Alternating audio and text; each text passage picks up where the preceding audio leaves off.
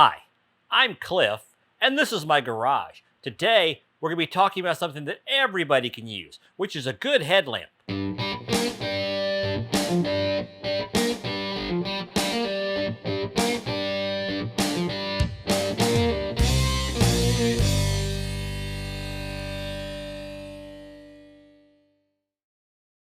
Hey, welcome back to the garage. And if this is your first time joining me, thanks for dropping by. Now, my regular viewers, and they both know who they are, may notice that the backdrop here is different from what you're used to seeing. And that's because I have decided to take a little trip over to the under construction set for my wife's new channel that's coming out in a few months. We had all the cameras and lights over here to do some testing on the initial setup over here, and I decided to take advantage of that because it means I don't have to set anything up over there in the other part of the garage. This is still in the same garage, it's just a different corner where we've set everything up. Now, her new channel has nothing to do with my channel, but if you're interested in fantasy role-playing games, like for instance Dungeons & Dragons, keep an eye out for an announcement on her new channel very, very soon.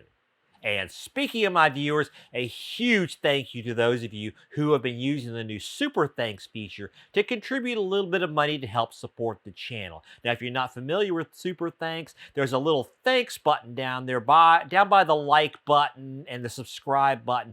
This allows you to easily give some money to help support the channel. Any proceeds from the thanks button are going to be going directly to support the channel. And whether you give $2 or $5 or $50, I appreciate it greatly. And thank you very, very much to everyone who's been kicking in a few bucks to help create content on this channel.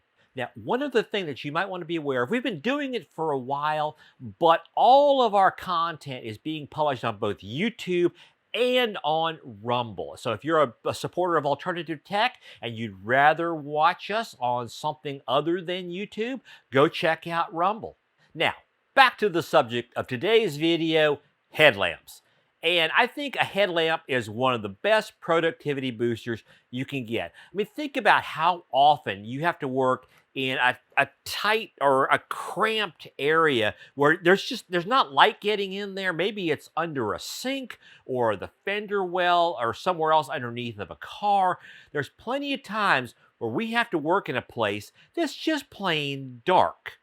Yes, you can get these little LED lights that I've used a lot before. I've talked about them before, and they are terrific. I really do like them for the most part. The problem is that there's lots of times where you're in such a tight area that there's really no place to put it. It's hard to find a mounting point for it. Some of these will clamp on it. There's just not a good place to clamp it. Others, like this one that has a magnetic base, that's great if you've got a magnetic surface. Now, in my case, when I'm working on my Porsche Cayman, that can be difficult because just about everything on that car, when you're in like the engine area or the fender wells, just about everything that you're working around is either plastic or aluminum. And so, of course, a magnet won't stick. And getting a light in the right place, even if you do have a place to clamp or to stick the magnet, can be tough. Because if you're looking in a fairly tight area and you have to put the light over here, well, now those shadows can get in your way. If you're trying to see into a deep area like a hole, well, even having the light a little bit off, the shadow is going to be blocking the bottom of that hole, and who knows what could be down there, like a giant tarantula or something. So a headlamp is a great answer because it puts the light right here near your eyes. And so when you're looking, wherever you're looking, if you need to work here and then up here, or you're trying to look down in a dark area, the light is pretty much going directly in the same direction as your eyes, and it'll light up what you need to see, and it does a pretty good job. Now, of course, one of the major disadvantages of a headlamp is that I don't care which design you choose, you are not going to look cool wearing one. These are the two headlamps that I use. There's a big difference in them in terms of price, quality, features, battery life. And so we're going to take them one by one, look at the advantages and disadvantages of each one, and compare them against each other.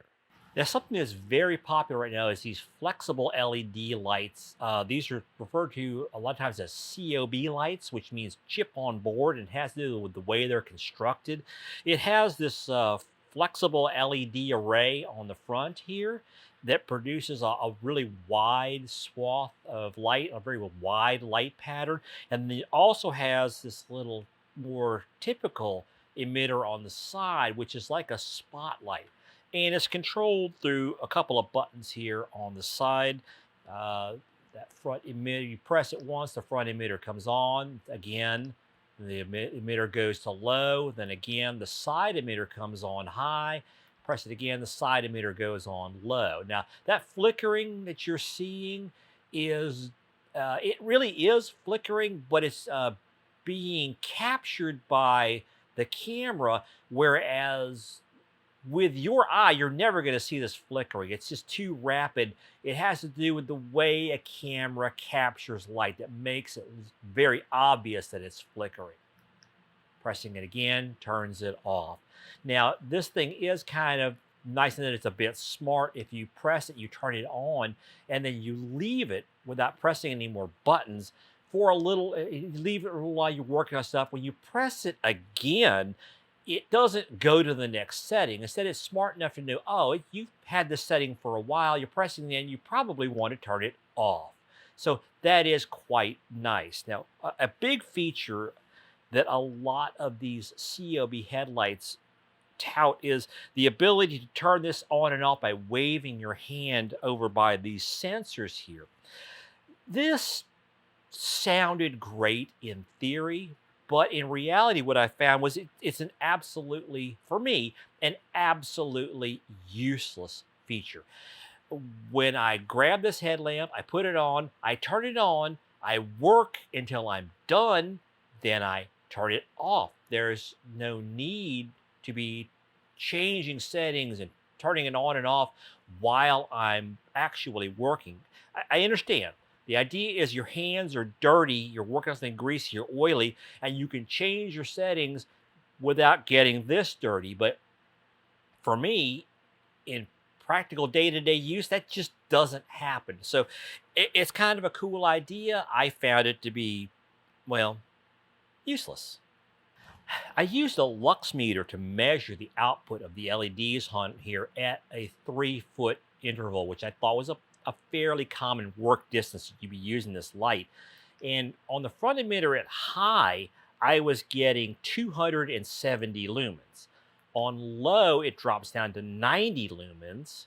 When you go to the side on a high, I had 1270 lumens, and then the side on low drops it to 470 lumens. And again, the front band gives you a very broad light patterns, lighting up everything from basically one side of your peripheral vision to the other. Well, let me get it over there. The spotlight, of course, is much more focused and just highlights one very small area. So it's pumping basically probably the same amount of light on a much smaller area. So let's go over some pros and cons of this COB light. One major pro is the price. It was $17 on Amazon, and I'll give you a link to this particular one down in the video description below, as always. Now, definitely it's inexpensive, and I like that. Also, this front emitter produces a nice, soft, pleasant light. It's a nice light. It's very widely dispersed, and I don't know. The only word I can use is something from my photography days, which is that it is soft light. It's also very comfortable. I had my reservations, given that it's a rubber band you're putting around your head. But as long as you're not getting out like in the sun and working, which would make no sense for a headband, in moderate temperatures, it stays surprisingly comfortable. And it's also very low profile. This fits snugly to your head. And, the biggest protrusion is just this box, which really is not much at all. And then you'll see what I mean when we look at the other headlamp, how that can matter. Now, in terms of cons, definitely brightness. This is not anywhere near as bright as the other headband I'm going to show you. Also, battery life is kind of, I don't know what to say, suspect or bad. It's just not as good as my other headlamp. It starts out dimmer to begin with, and then after an hour, it's really noticeably dimmer. I did some testing with my lux meter, and I found that, if you'll recall, the front emitter on high started out at 270 lumens at 3 feet. Well, after an hour, it had already lost about half that light. And after 2 hours, it had lost maybe another 20 or 30%.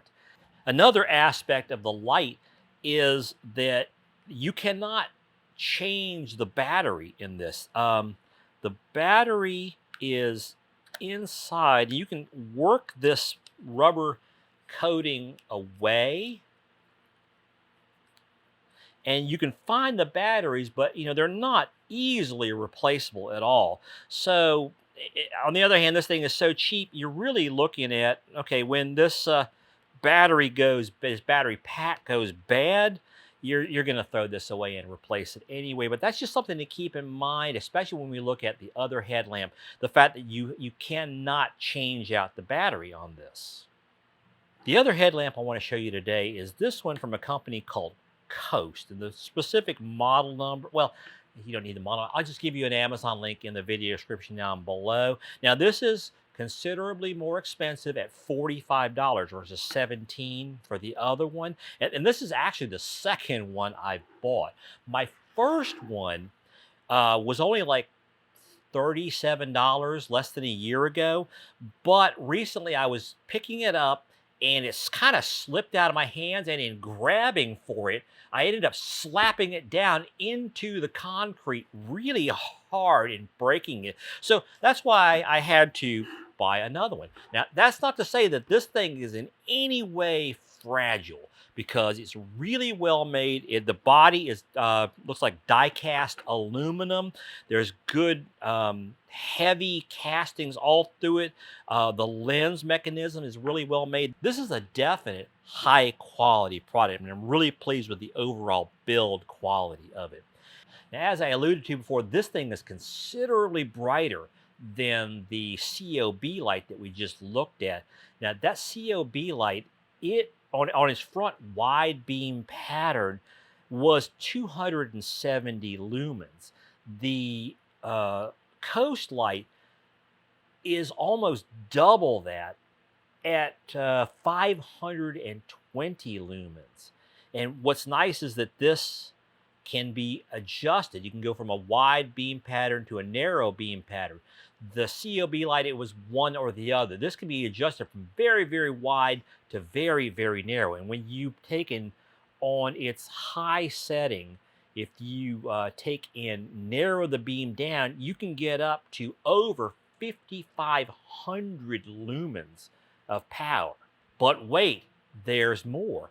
If you take and press the light, you get the medium setting, or press the switch. Pressing it again, if you wait more than a few seconds, will turn it off, just like the COB light. So we get low, or rather we get medium, high, low, and then off.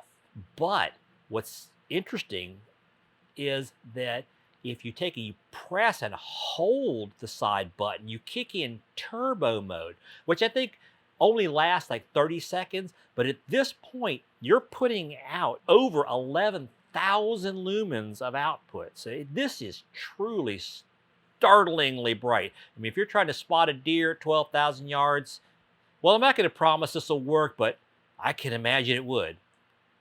Now, I think I forgot to mention it, but that COB light is a rechargeable one. It uses a USB cable, USB-C cable, sorry, as does the Coast light. You unscrew it, and it exposes the socket there. If we unscrew the other end, and this is a very nice feature, we find a removable battery.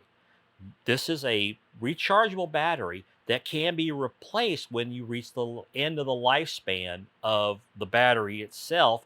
Or in my case, since I busted my other headlamp, I now have a spare battery.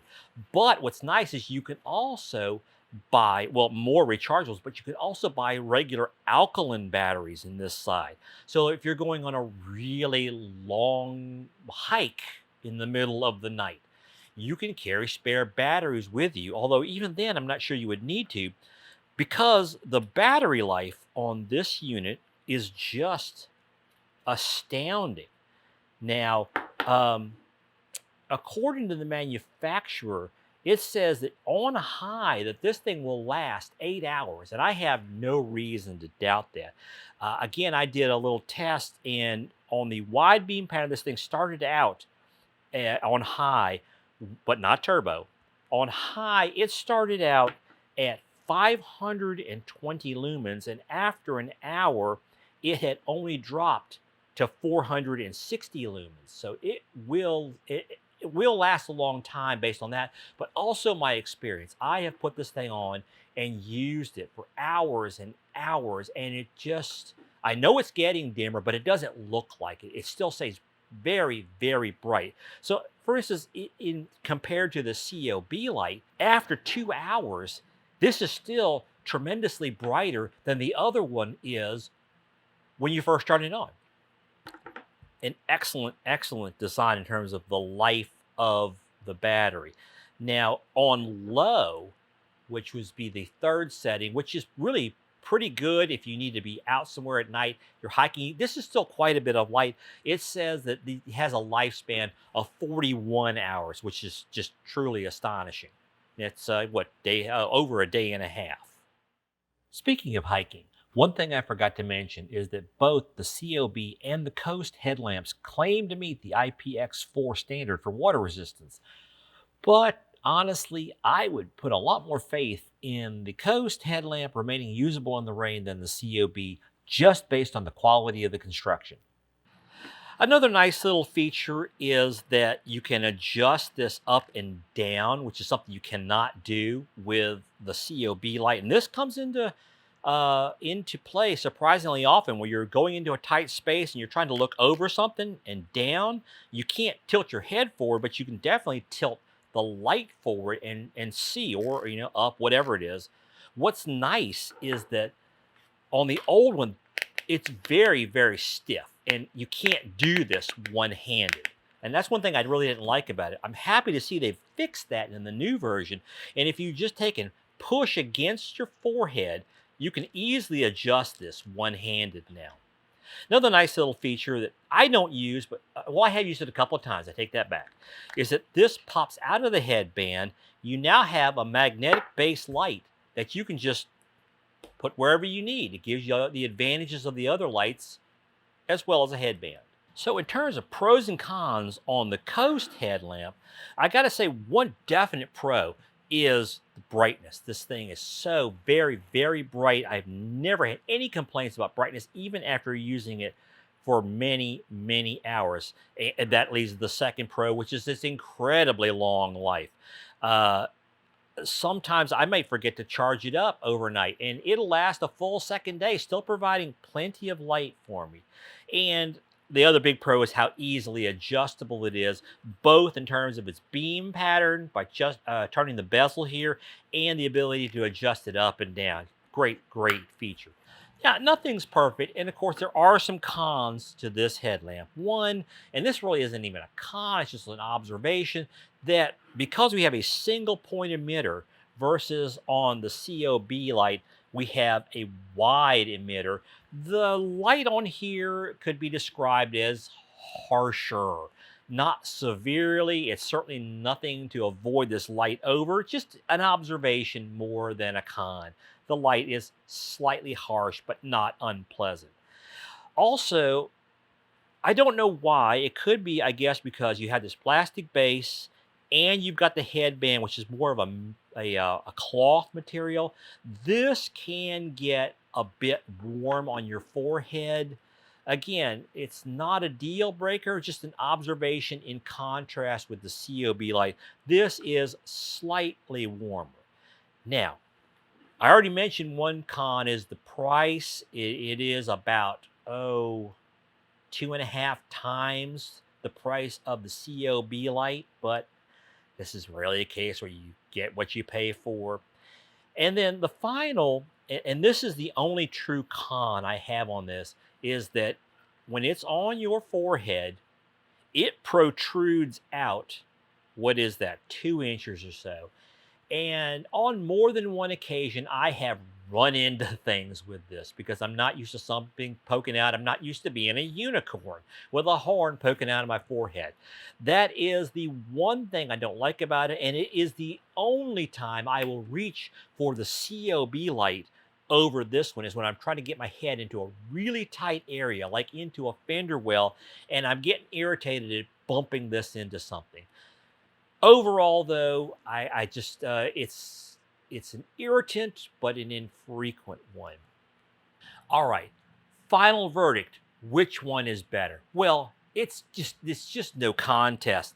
The Coast headlamp is hands down the far superior product over one of these COB headlamps.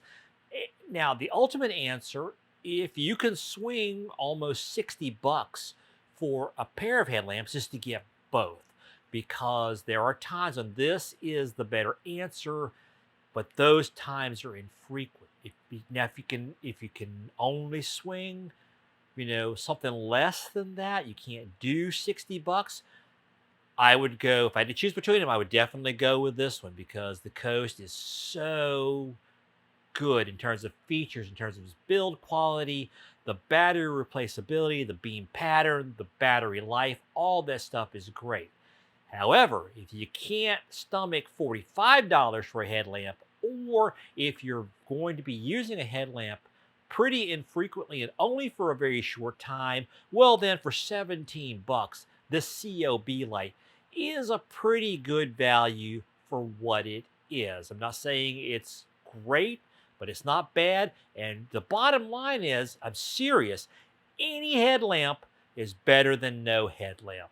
Now, before you go down there, smack that thumbs up button, give me a like on the video, let them know, whether it's YouTube or Rumble, that you enjoyed this video, you found it valuable. That really helps me grow these channels. And if you're not one of the subscribers, either on YouTube or on Rumble, go click on that subscribe button that's down there by the video description. Doesn't cost a thing on either platform.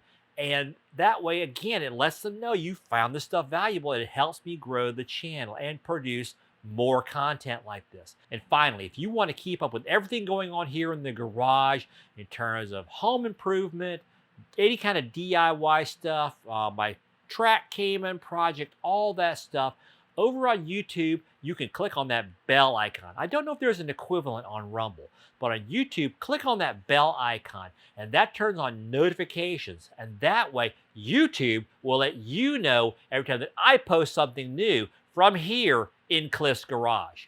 I'll see you next time.